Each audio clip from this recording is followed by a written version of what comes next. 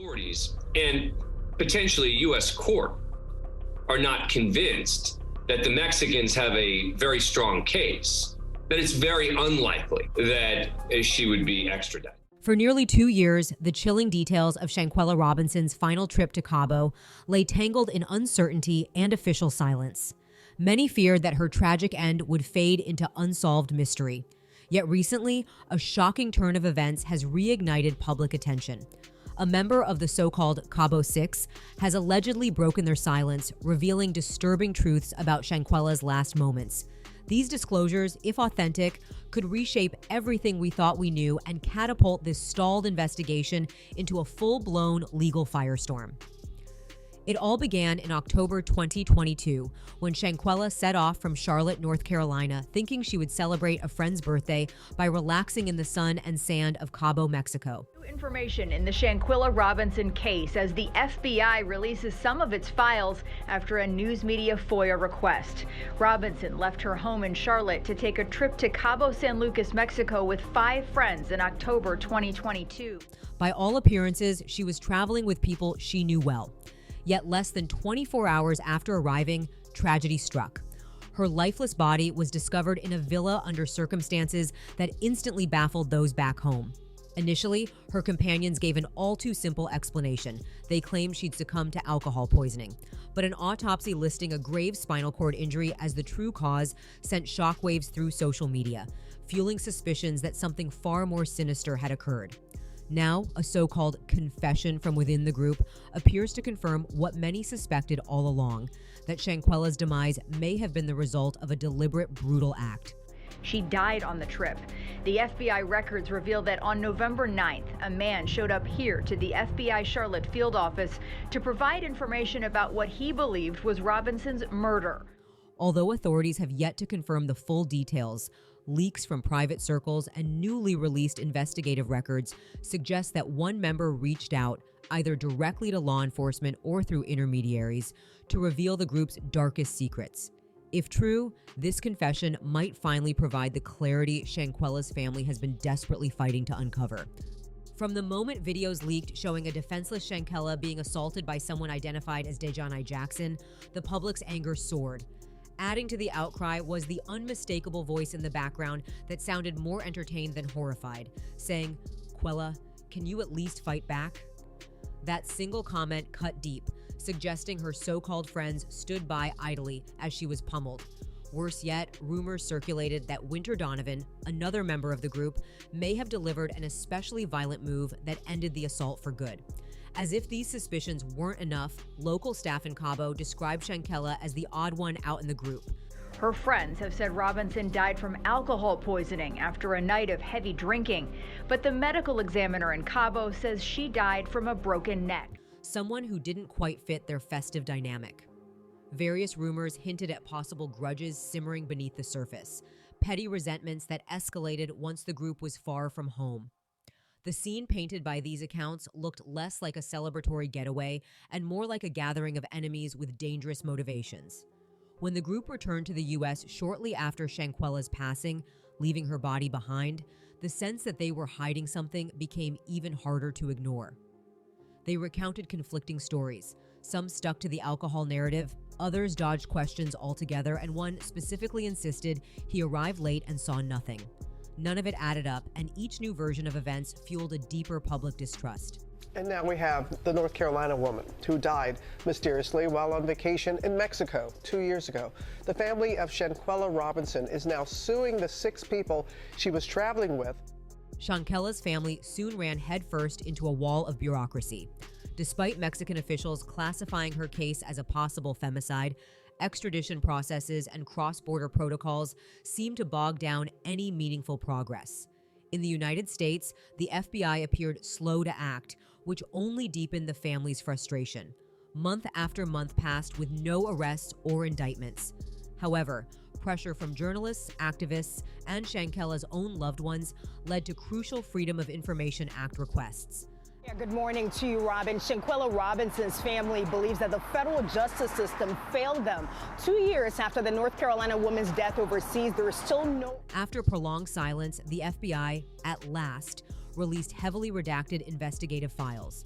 Though black lines obscured many details, a few details leapt out. For example, someone showed up at the FBI Charlotte field office soon after her death, voicing a strong belief that Shanquella had been murdered.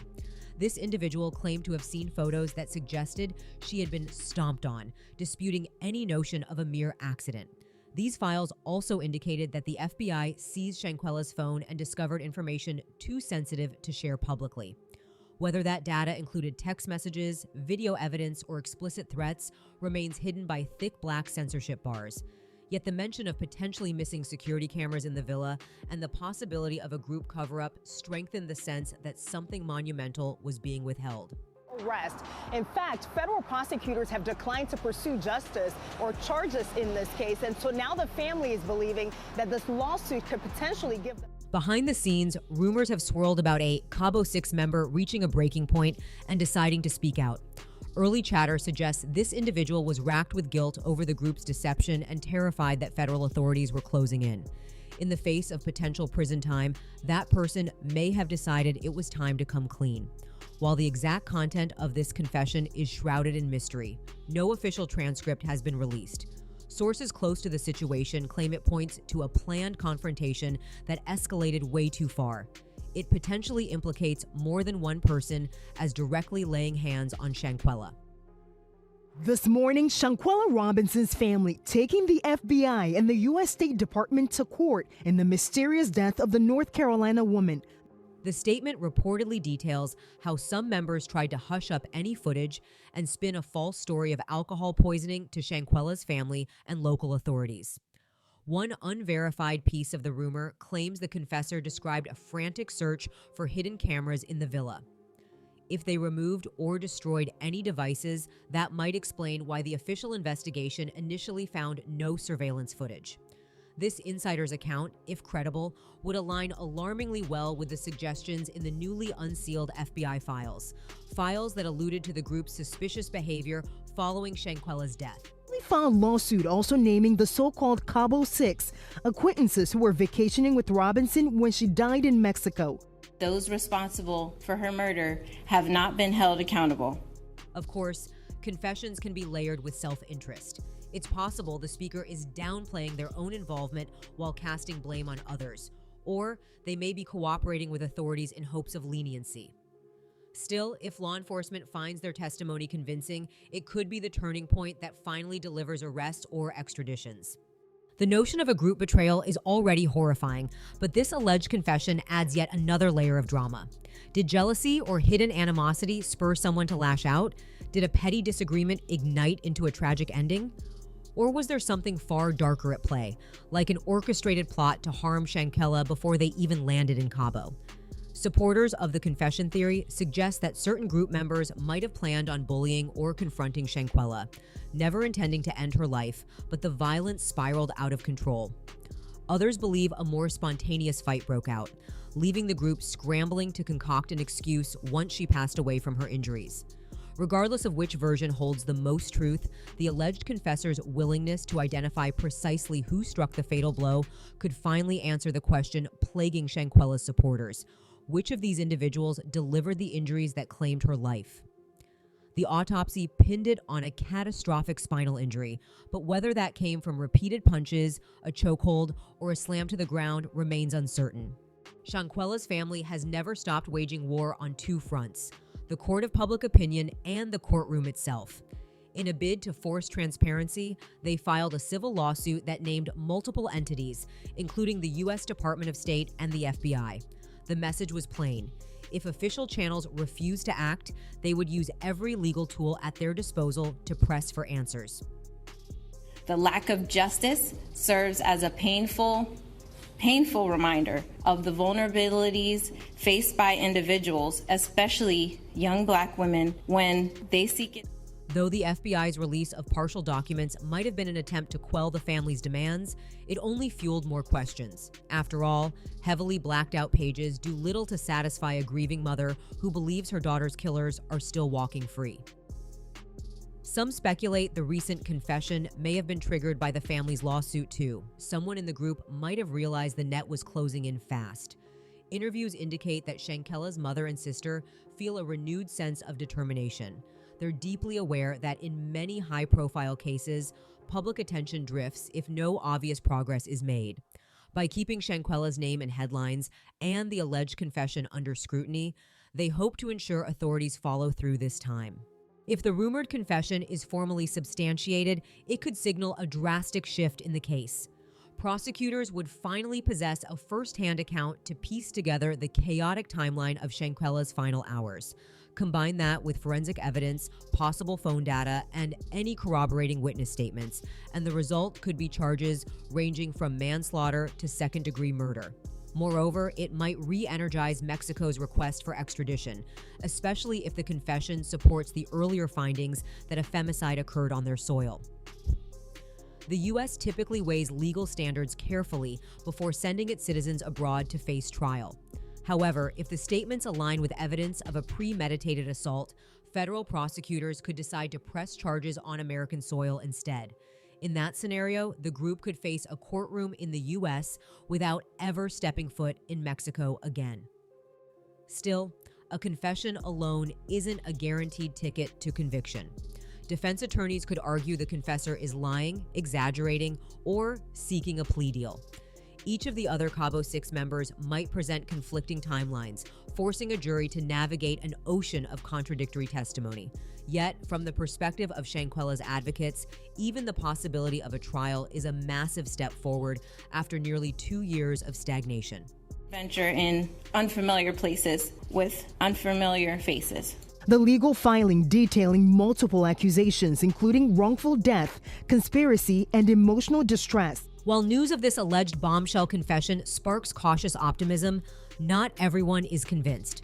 Skeptics argue that without official confirmation from law enforcement, this could just be another rumor fanned by internet gossip.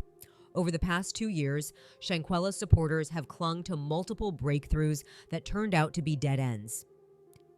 And then there's the question of timing. Why now? Some wonder if the confessor struck a deal for immunity. Others suspect that new evidence from the FBI's investigative files left certain people no choice but to speak out. The possibility that the group's unity is crumbling raises further questions.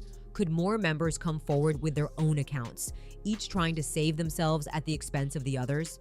Only time will reveal whether this confession truly propels the case toward justice or dissolves into one more false lead. Regardless, it underscores the delicate nature of group crimes. When everyone is desperate to avoid blame, secrets have a way of surfacing. Shanquella Robinson's story is a stark reminder that betrayal sometimes arrives wearing the face of friendship. From the outside, her trip to Cabo seemed like a dream getaway until her final hours unraveled in shocking, recorded violence. Over the past 2 years, frustration and anguish mounted as evidence seemed buried, official responses languished, and the Cabo 6 continued living freely, each offering vague or shifting accounts of what happened in that villa. Now, with alleged revelations of a confession, the atmosphere around this case has changed. The thirst for truth, already intense, has erupted once more. Could these new statements be the key to unraveling every lie and finally delivering accountability for Shanquella's untimely death? It's been 2 years, and there's no reason that no one has not been arrested yet, and I need justice for my child. Her family stands firm. They refuse to see Shanquella's name fade into the background of unresolved tragedies. They've made it clear that if the justice system won't move forward on its own, they'll push as hard as it takes, whether through lawsuits, public pressure, or media exposure.